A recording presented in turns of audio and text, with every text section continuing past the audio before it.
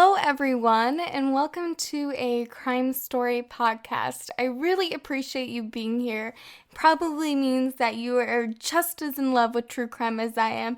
You are a crime junkie or a murderito, or you just enjoy hearing the occasional true crime story. Well, you have found your place. I am originally from the United States, from the great state of Texas, but I currently live in France with my French boyfriend. I am studying international relations and diplomacy, as well as international law. Goal of this podcast is to cover international cases that aren't often heard about in the American media, even though every now and then I will cover a case from America that I just want to cover or I find particularly interesting, and it may have an international element to it. So sit back, grab a snack, and listen to the first episode of A Crime Story. I hope you enjoy it. So today the crime story that I will be covering comes from France. So my sources for this crime story are France 24, About France, Newsweek, the book Crime and Criminality, A Multidisciplinary Approach by Sandy Taylor, Le Point, The Local France, François, Les Parisiens, Le Monde, CNews, Le Fargo France, Les Internautes France, and RTL. Before I begin the crime story, France runs on a civil law system which is unlike America, which is run on a common law system. The basis of French law is off of the Napoleon Code, which was originally drawn up in 1804. There are two branches of French law, the French droit privé, which is private law, and the droit public, which is public law. French courts are headed by judges or a magistrate, and criminal court proceedings can have a juge d'instruction, or translated to a judge of inquiry, which is in charge of conducting investigative hearings that precede a criminal trial. We'll actually see this in a case that I cover a couple weeks from now. So a judge d'instruction can decide if a criminal trial will even take place or not. And then another note to keep in mind is that France does not have capital punishment, so you won't see any guillotines here in France anymore. And actually most of Europe besides Russia and Belarus do not have capital punishment. Our crime story takes place in 2011 in Nantes, France. Nantes, France is located in the Pays de Loire region, which is on the west coast of France by the Atlantic Ocean. Nantes is the sixth largest city in France, and it's known for its beautiful scenery, seafood, and many castles. Nantes has a population of about 300,000, but the greater metropolitan area population is just under 1 million. Nantes used to be a part of the Brittany region, so Breton culture is still heavily felt among its citizens. The DuPont de Ligonnès family consisted of 50-year-old Xavier, the father, his wife, 48, Agnès, and their 4 children. Achille, who is 20, Thomas, who is 18, Anne, their only daughter, was 16, and the youngest, Benoit, who was 13. The family also had 2 Labrador dogs.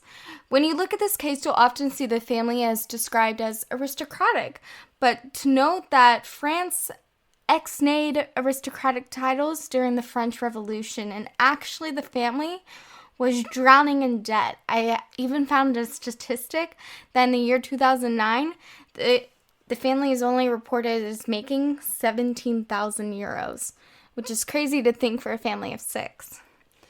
Xavier was a former military man who is described as someone who had a bit of a strange personality.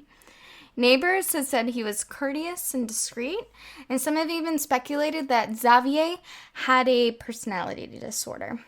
A friend of Xavier said that he was not crazy about God, though he was raised Catholic, and that he adored his wife.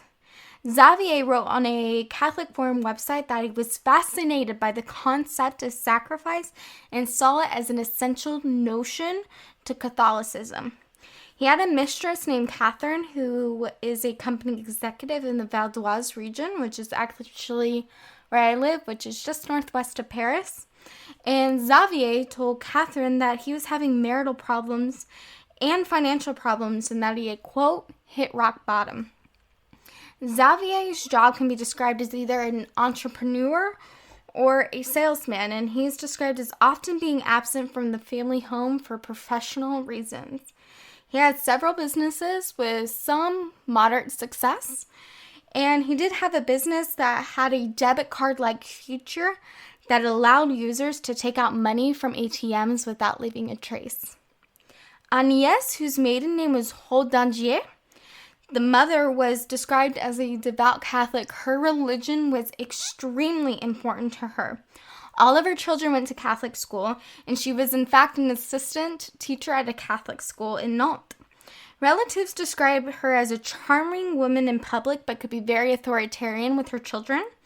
Agnès met Xavier at the beginning of the 1980s, but according to a timeline that I've made, they would have married around 1992 or 1993. A friend of Agnès described that she was crazy about Xavier and that he did what he wanted with her, which doesn't sound like the healthiest relationship to me. In 2004, Agnès wrote in an online discussion forum complaining that her husband was, and I quote, too brittle, too dry, too rigid, too military, and that he only lived for his work. Arthur, who was the oldest son, was not actually the biological son of Xavier, but Xavier had been in Arthur's life since he was 2 years old and considered him to be a father. I tried to look into more info about Arthur's biological father, but I really couldn't find much. Arthur, who is 20 years old in 2011, was studying information technology at a college about an hour away from Nantes. Note that most universities are not residential in France, and if they are, it's not through the school. And also in April, when this story takes place, there is a 2-week school break in April, so that's why he could have been home.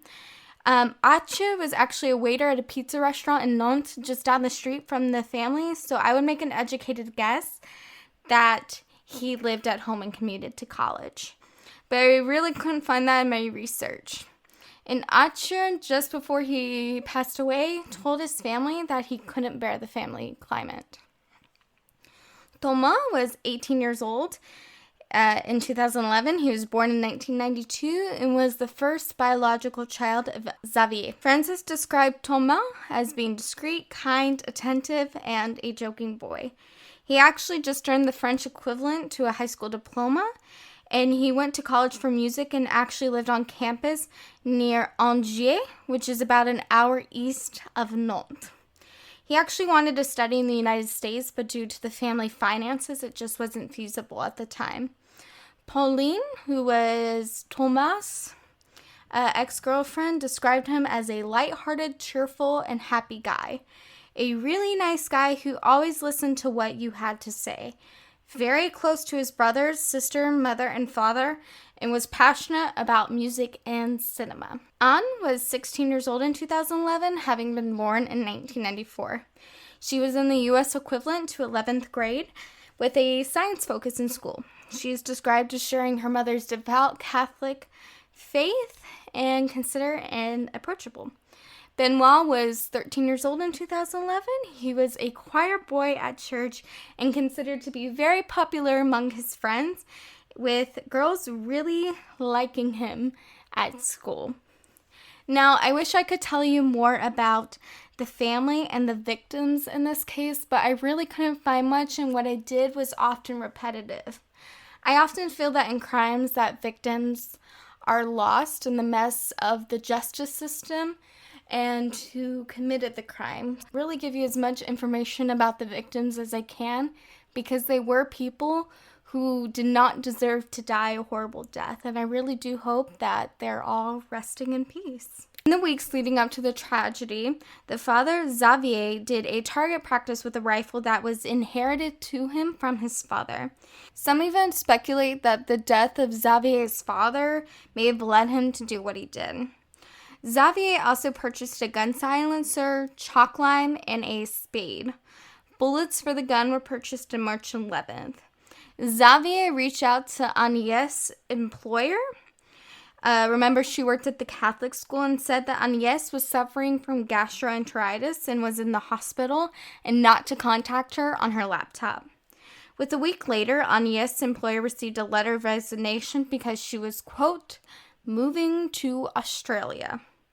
Xavier also went to the real estate agent to terminate the lease on their house, stating that the house was costing them too much and was poorly maintained.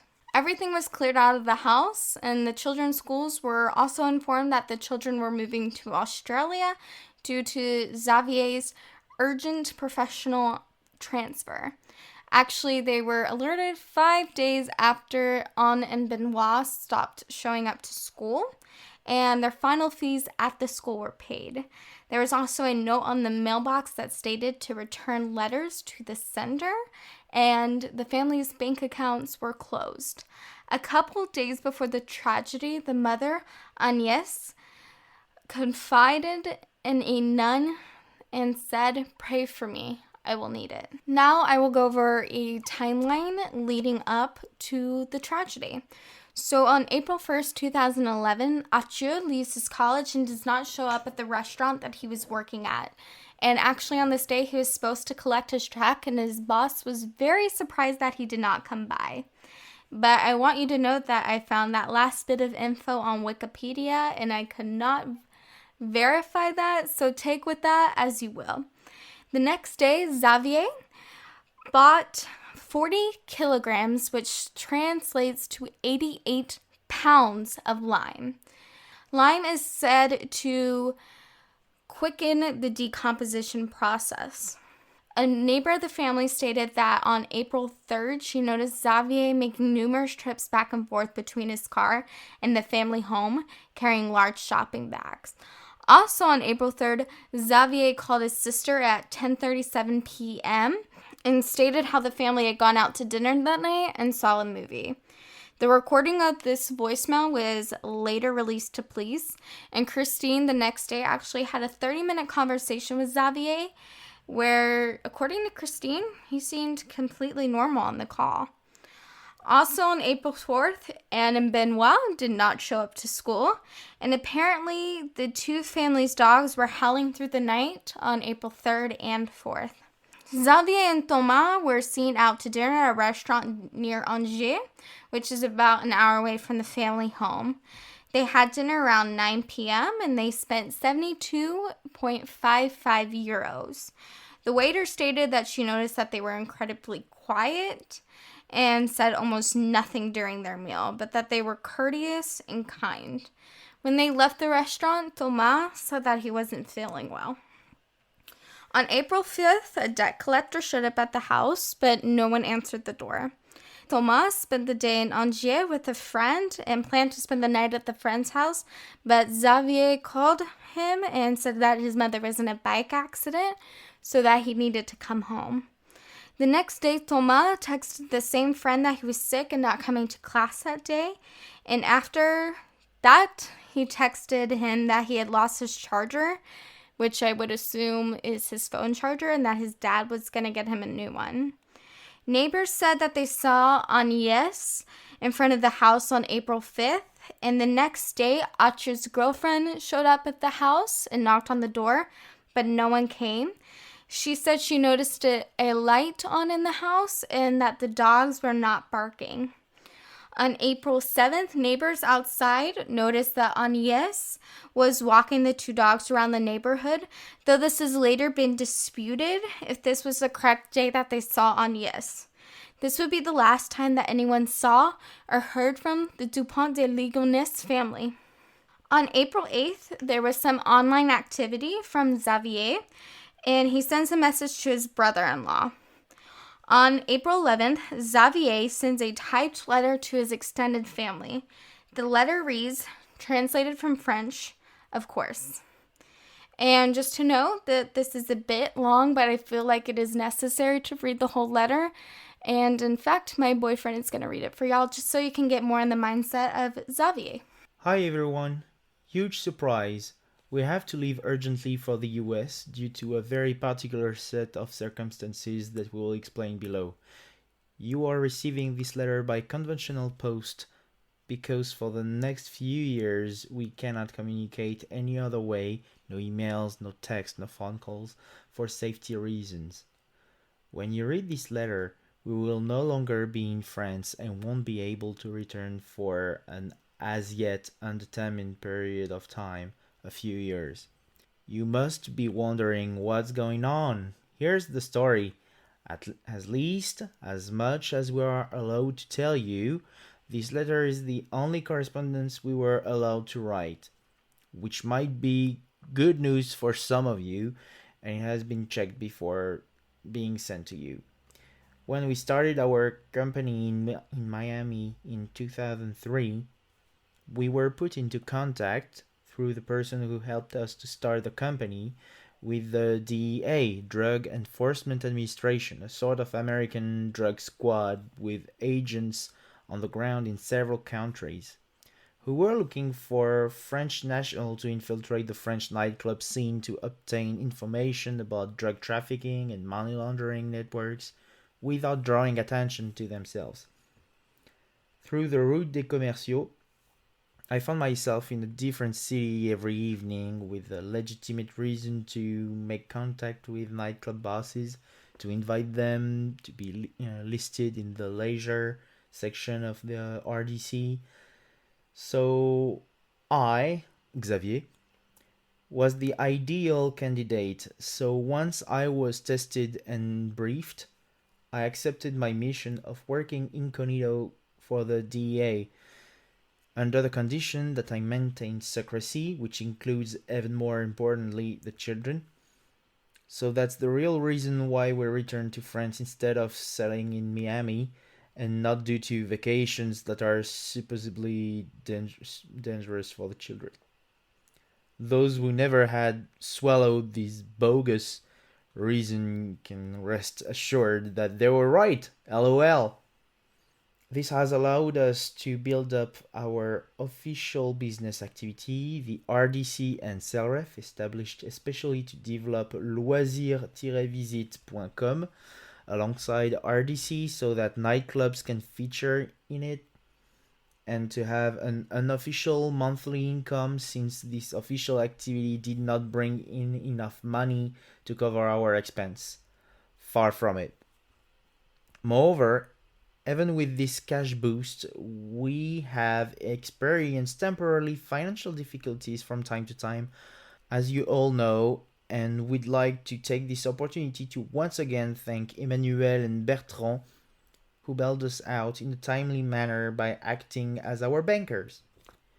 Everything has gone according to the plan in the nightclubs for the last 7 years until now. With the information that I, Xavier, have collected in this time, I have become a key witness in an upcoming trial involving major international drug trafficking kingpins. The trial will have to take place in the US in the few next years. The date has not been determined. What complicates matters is that certain tips has recently led us to believe that my cover may have been blown. And unfortunately, we received confirmation of this yesterday. Therefore, the situation has now become potentially dangerous for us there and has required us to take emergency measures. When I first went undercover, I accepted that I might be placed into a federal witness protection program. This is what we now have to do, and we're not doing it with any excitement, but because it's necessary and there's no way around it. So we have to be taken into a protective custody of the US government and transferred to the US. And we have new identities which must, of course, be kept secret. By the time you read this letter, we will officially no longer exist as French citizens. Will be lambda US citizens living in the US like another US citizen, except will be forbidden from communicating with our family and friends for an undetermined period of time, at least until the trial is over. This gives us some advantages and disadvantages.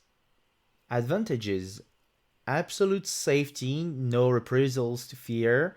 The US government is taking care of us financially, Living in the US, we can't tell you where, but the weather is warm most of the time and the music is good. Disadvantages: sudden, rushed departure in total secrecy without being able to put our affairs in order, no contact with you for a long time, impossible to let everyone know, all electronic communications had to cease immediately.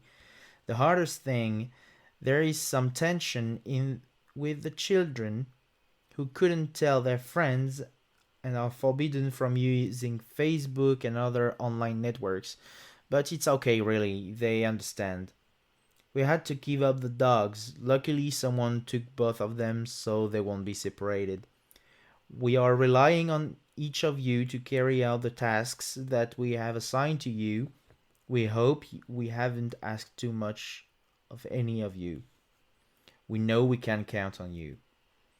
Xavier further goes on to state different duties that he has for his friends and family, including cleaning up the house more, selling certain items to inform Agnès' family, and he also states that some of his friends will be compensated for their duties.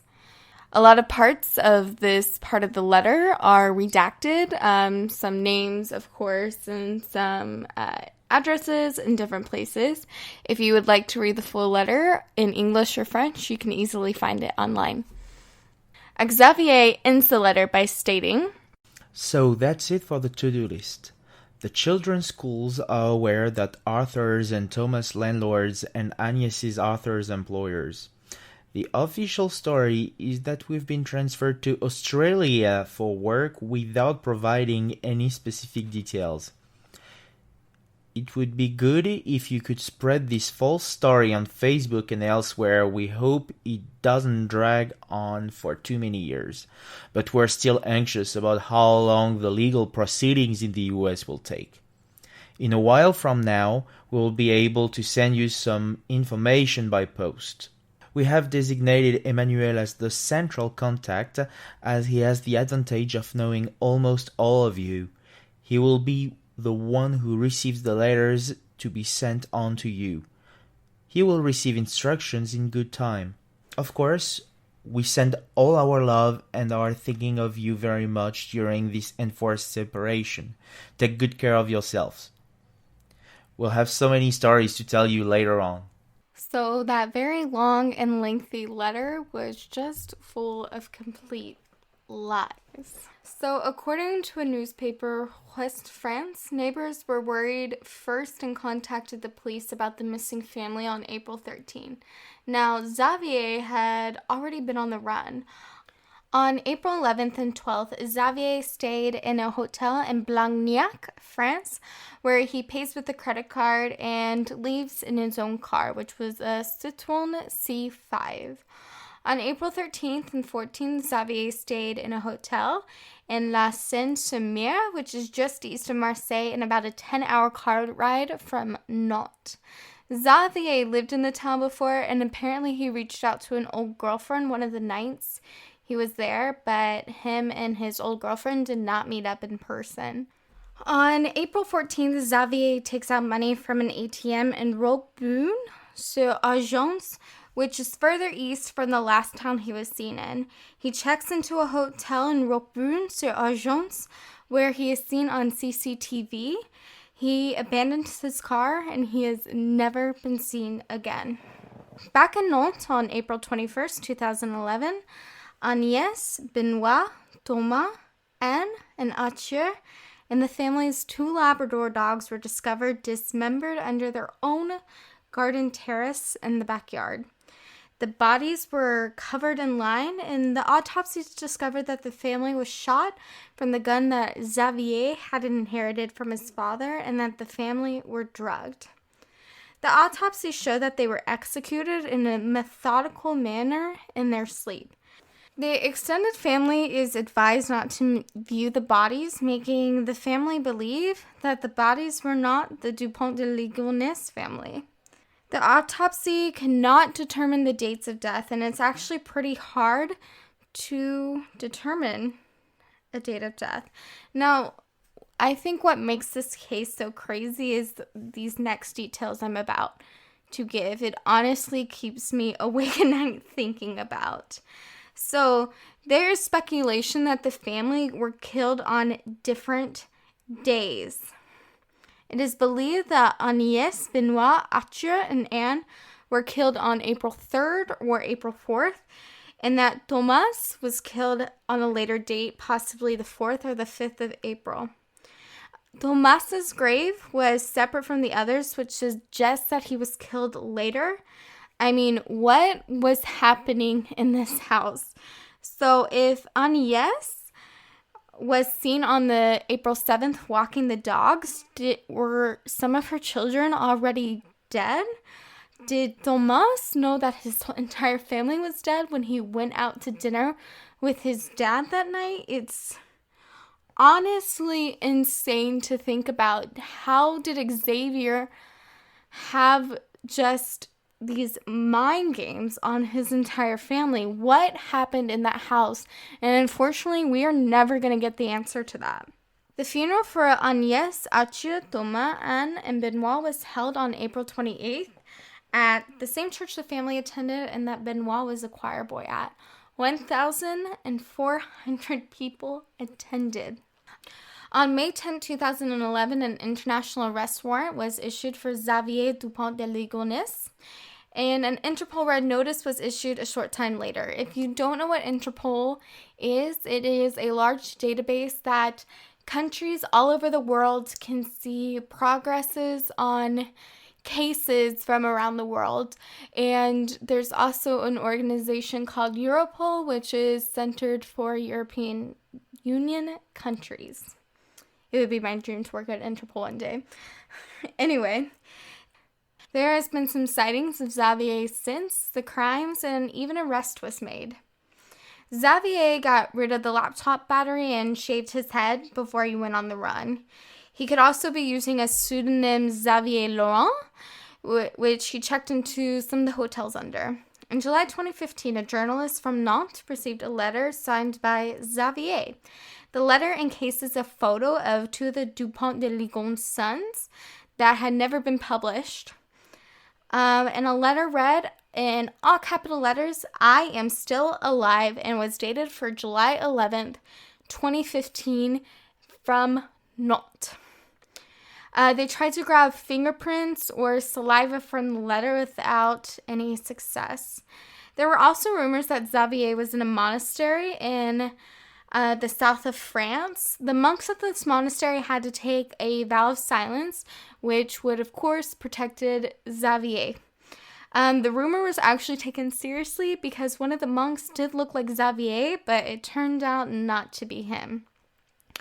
This past year, on October 11th in 2019, in Scotland, a man was arrested at the Glasgow airport from a flight from Charles de Gaulle Airport from Paris, who is believed to be Xavier. They checked the fingerprints of the man who was taken under the alias Guy Joao, but it turned out to be a guy just named Guy Joao. It was not Xavier.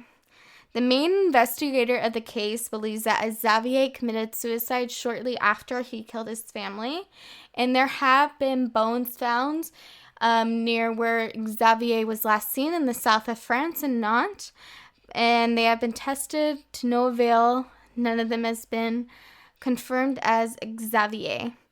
If you have any information about the murders of the DuPont de Ligonnès or the disappearance about Xavier DuPont de Ligonnès, please contact the Nantes Police Department at country code +33 253 46 70 00 or country code 33 255 58 46 90.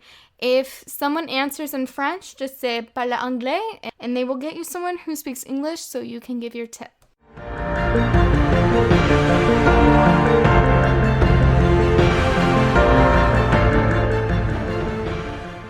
Well, that is it. The first episode of a crime story podcast. Thank you so incredibly much for listening. If you could please leave a review of the podcast, it helps others find it and it can help me improve in my podcasting skills. And also, if you could tell a friend about a crime story, I would greatly appreciate it. If you want to see pictures from this case, go to Instagram at a crime story pod, where you will see some interesting stuff from the case. And I hope to see you next time, where I will be covering a case from Iceland. A Crime Story is hosted and written by me, Kaylin Lois. Theme music is from Ross Budgeon. Additional voices added by Francois Tardivov, who also helps me produce and edit the show. Thank you so much for listening to A Crime Story. Stay safe and be kind.